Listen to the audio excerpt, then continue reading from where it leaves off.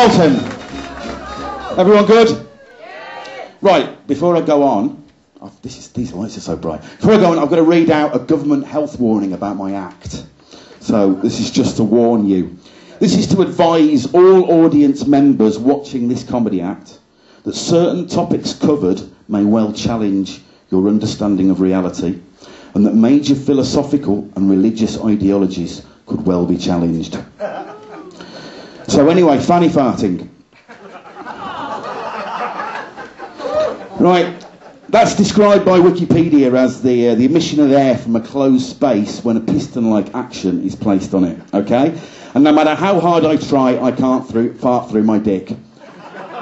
So ladies, I'm not asking you to bottle it up, heaven forbid, no, but at least be proud and loud, maybe. Okay, but fanny farting is just one of a number of different types of fart. There's also the kind of fart that breaks the ice. Do you know what I mean? In a relationship, obviously not literally breaks the ice, that'd be far too powerful. But in a relationship, you've been seeing your partner, maybe a month, or a few weeks, or whatever, and gentlemen, you feel like it's about time your partner chewed on your anal gases. Now, if he or she turns green, then purple, and drops dead, it's probably best to call it a day, right? But if she or he laughs, you might as well get married there and then on the spot. It's true, isn't it? And there's also another type of fart, the fart of pretentiousness, gentlemen, and you all know what I mean. You've got a few mates staying around and just had a curry, and we're all watching Match of the Day, drinking a few beers.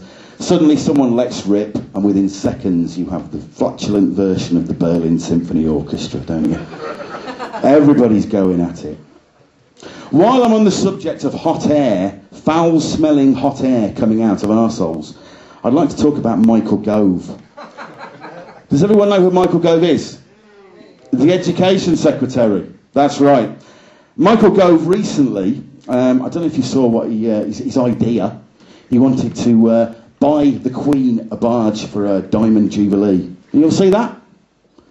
And this is what he said. In a time of austerity, such a gift would lift the nation's spirits.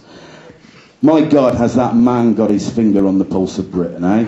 What a star. I've got a better idea, Mr. Gove. We get you a barge, we sail it out into the middle of the Atlantic, we fill it with concrete, and we sink it, you fucker. Now, I've got nothing personal against Michael Gove, I'll be honest. I just think he's the son of Satan. And I personally think that his mother should have had an abortion about 7 months before he was born. But that's just personal. He's just one of a number of highbrow, posh, Tory politicians that we've now got running the country. Is that right? Yeah, David Cameron and George Osborne, all from the Eton School, what have you. Now, my idea would be to get rid of all these knobs and replace them with real people. Now, when I say real people, I mean people that have to struggle.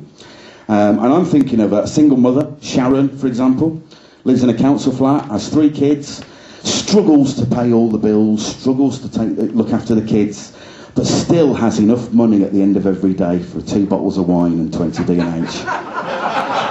Now that is resourcefulness, isn't it?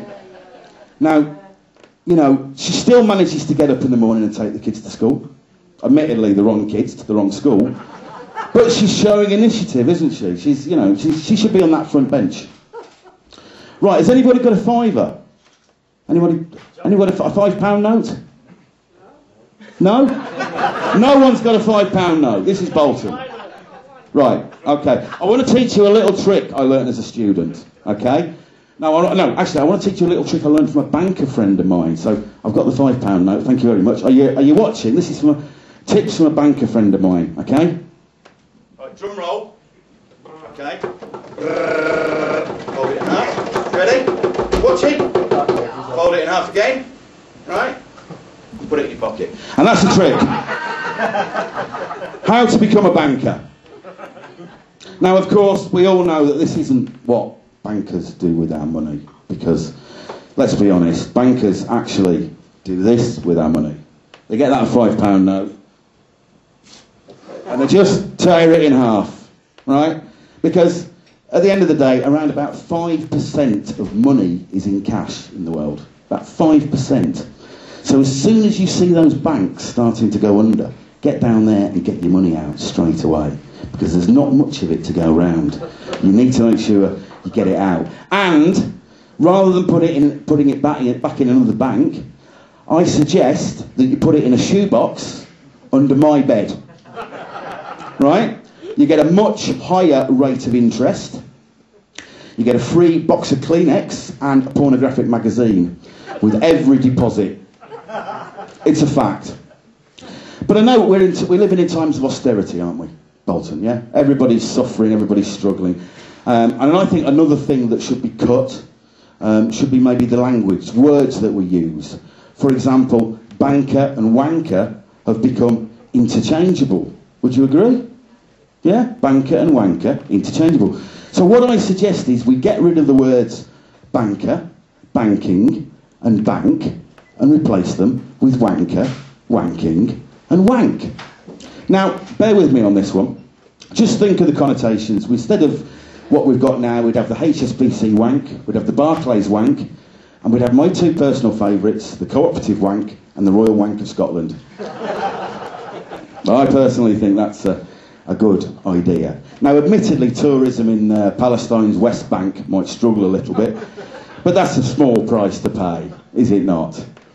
Now, I can see that there may be one or two people out there in the audience that are Daily Mail readers. Or do we have any Daily Mail readers here? Yay! You do, we do, right.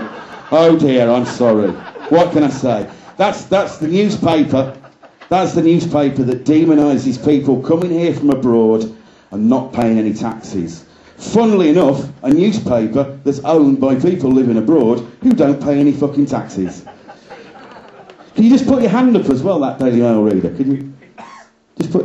Is there a Daily Mail reader? No. I'm just checking to see you've got thumbs, because I'm well aware that it's unlikely that they've evolved yet. But nonetheless, that's the Daily Mail. Anyway, do you remember the riots last August? Do you remember that? What a laugh that was. But I saw one of the most dreadful, awful sights I've ever seen in my life during those riots. The burning down of a branch of Greggs. Truly shocking. This hurt me here. Sorry, here. This hurt me here. It really did. But all those people running amok and taking what they wanted. Sorry, that's stuff about the bankers again, isn't it? Shit. But no, I thought long and hard about what would be a really good joke about the riots. And then I gave up and thought, fuck it. So I've got you all iPads. So you can pick them up after the show. They're a bit singed and there's no warranty, but hey, it's better than nothing, isn't it?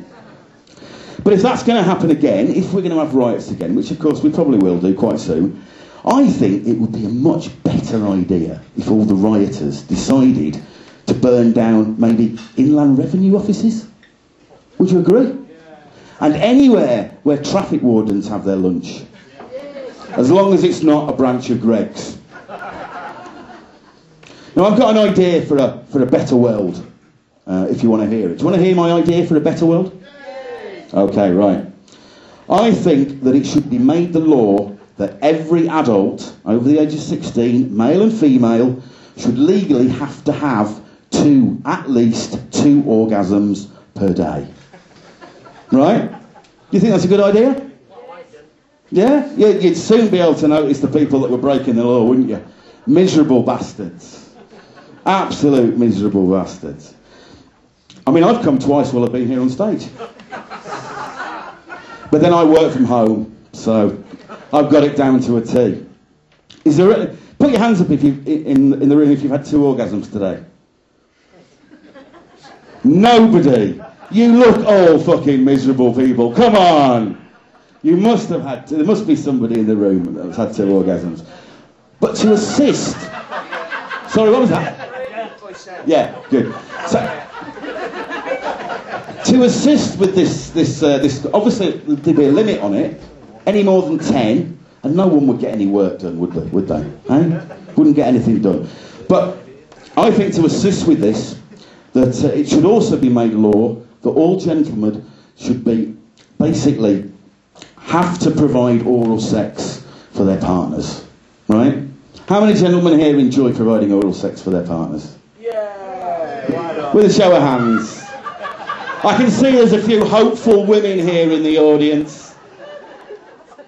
Absolutely. I think that would be a great idea. You've all you gentlemen have got to provide cunnilingus. And I used to think Cunnilingus was a town in Ireland. Somewhere near the Ring of Kerry. But one of the things that's quite important about the oral sex thing, about doing getting down there and getting your tongue in, is it's important that we know one thing, ladies. If you squirt, it could be very, very dangerous. It can take an eye out, right?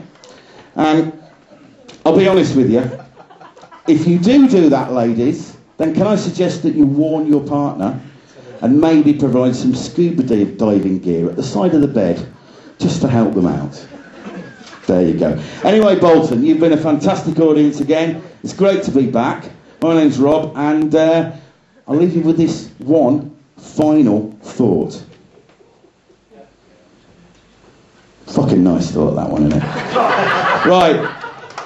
By the way, just one last thing before I go. The £5 note, and I can see the gentleman who handed me the £5 note was looking a little bit worried.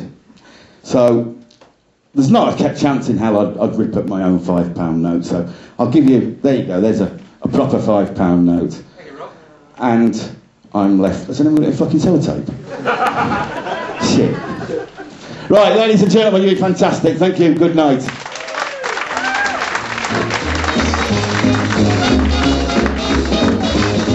Rob James, everyone, Rob James.